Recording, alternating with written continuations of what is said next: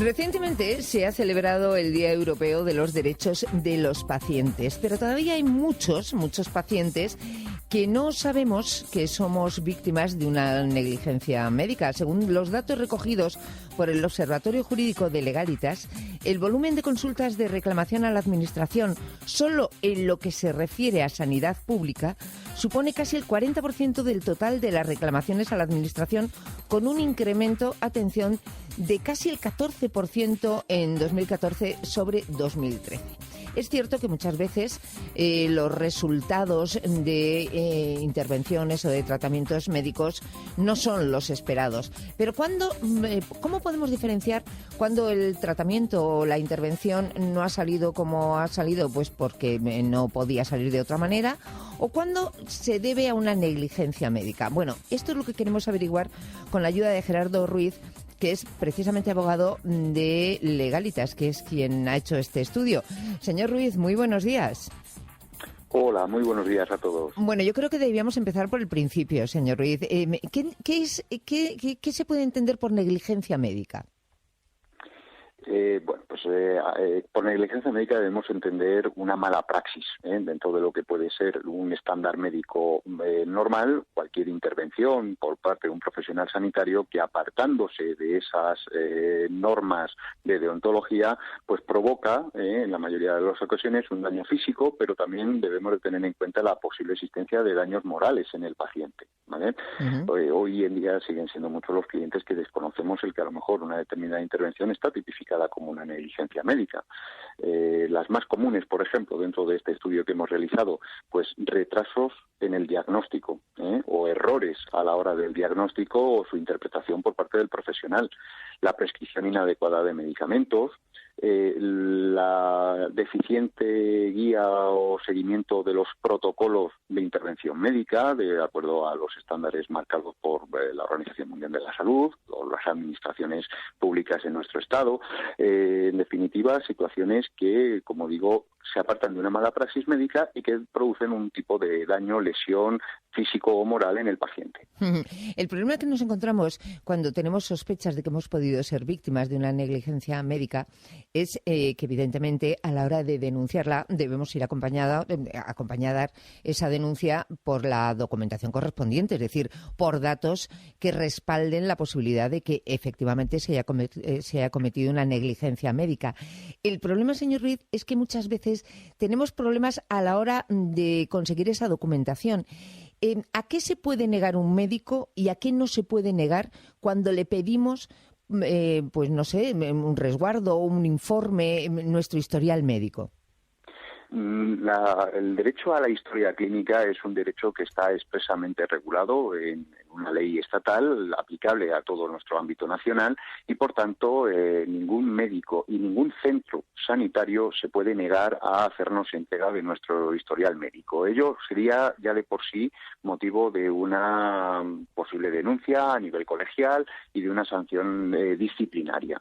Por lo tanto, tenemos absolutamente derecho a obtener copia de todo lo que es nuestro historial, de todo lo que supone la documentación más relevante de la intervención a la que nos vamos a someter, sea esta del tipo que sea, y ningún profesional sanitario sabe que se puede negar a ello. Y hay cauces legales, repito, a través de las propias corporaciones colegiales y a través de las direcciones generales de sanidad de las comunidades autónomas, forma y manera de poder reclamar. Tenías mucha razón. Fundamentalmente, una negligencia médica es algo que requiere de una prueba. Por tanto, es esencial. Punto número 1, contactar con un despacho especializado que nos va a guiar desde el primer momento qué tipo de documentos, a dónde nos tenemos que dirigir, a quién se los tenemos que solicitar, el seguimiento propio de la evolución de esa lesión por las secuelas que puedan padecer. Muchas veces nos tenemos que apoyar en informes de otros profesionales, ¿verdad?, informes periciales, para poder demostrar esa mala praxis, con lo cual la existencia de documentación es esencial y es la recomendación número 1 que daríamos a cualquier ciudadano que se ve sometido a cualquier tipo de intervención. Conservar la documentación, tenerla siempre a disposición por, ojalá nunca ocurriera, una posible reclamación en estos términos. Sin embargo, fíjese, señor Ruiz, tenemos la sensación, yo creo, todos los que somos pacientes de la sanidad, que somos todos, tarde o temprano, que es muy difícil demostrar que ha existido una negligencia médica. Siempre hacemos alusión a esto del corporativismo médico, que es muy complicado demostrarlo y que es muy complicado, incluso aportando pruebas, conseguir que la justicia nos dé la razón.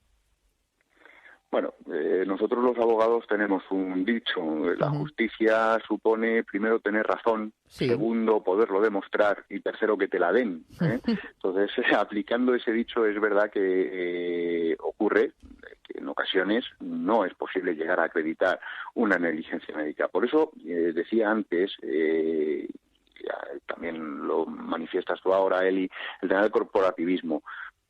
Cada vez menos.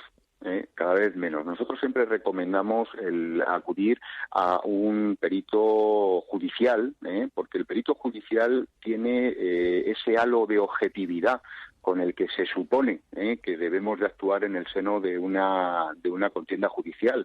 No se trata de que yo lleve 14 informes de parte que digan lo que yo quiero que digan, porque evidentemente esos informes, a la hora de una valoración jurídica de esa prueba, van a ser atacados por la parte contraria. Entonces, el tema de recurrir a peritos judiciales, peritos que están adscritos a los juzgados y tribunales de la comunidad autónoma, tiene ese halo de objetividad que nos permite poder actuar con más transparencia, ¿no?, a la hora de demostrar la negligencia.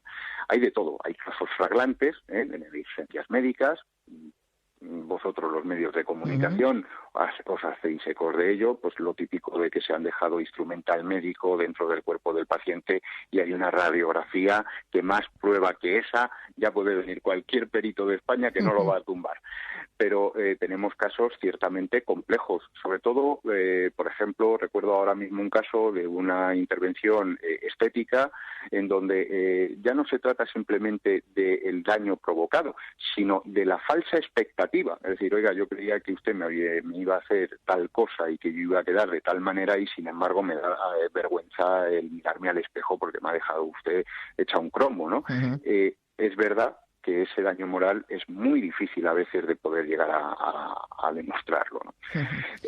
Como decía, reitero el dicho de que hay que tener razón, hay que poderla demostrar y nos la tienen que dar. Si no se cumplen esos tres requisitos, no se hará justicia. Por último, señor Ruiz, si hablamos de ramas de la medicina donde se producen más o menos negligencias, me imagino que en cabeza estará precisamente el apartado de estética y cirugía plástica, ¿verdad?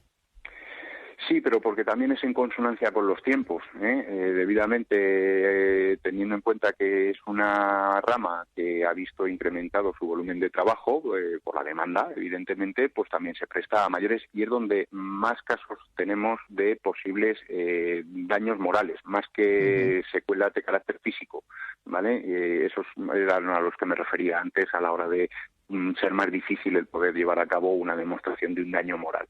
Pero sí, es verdad que en los últimos 10, 12 años las negligencias médicas provocadas por cirugías estéticas es uno de los factores que más ha incrementado el motivo de reclamaciones por esta razón. Por último, señor Ruiz, si diferenciamos entre lo que son intervenciones, por ejemplo, quirúrgicas, y lo que son tratamientos, ¿en dónde se da más la negligencia médica? No, en ese sentido no hemos hecho un estudio para poder valorar en qué porcentaje, pero apuntaba al principio de mi intervención que una de las razones en donde se produce la negligencia médica es en el error del tratamiento. No tiene que haber una intervención quirúrgica, no tiene que haber el entrar en un quirófano para ser uno víctima de una negligencia médica. Un error en el diagnóstico o un error en el tratamiento lo constituye también. Muy bien, pues yo creo que el mensaje que debemos dejar, señor Ruiz, es que la negligencia médica existe, por desgracia, y que ante cualquier duda que tengamos, que no nos quedemos con las ganas, que consultemos a un experto en esta materia, como es el caso de Legalitas en esta ocasión, pero hay más también, y que nos enteremos exactamente qué es lo que necesitamos. Si nos dicen que efectivamente puede haber indicios de que se ha cometido un error o un fallo tanto en el tratamiento como en el diagnóstico como en una intervención, pues que enterarnos qué es lo que tenemos que hacer, porque existen mecanismos para ser resarcidos en el caso de ser víctimas de una negligencia. Gerardo Ruiz, abogado de Legalitas, muchísimas gracias por haber estado con nosotros. A vosotros, un saludo. Un saludo, hasta luego.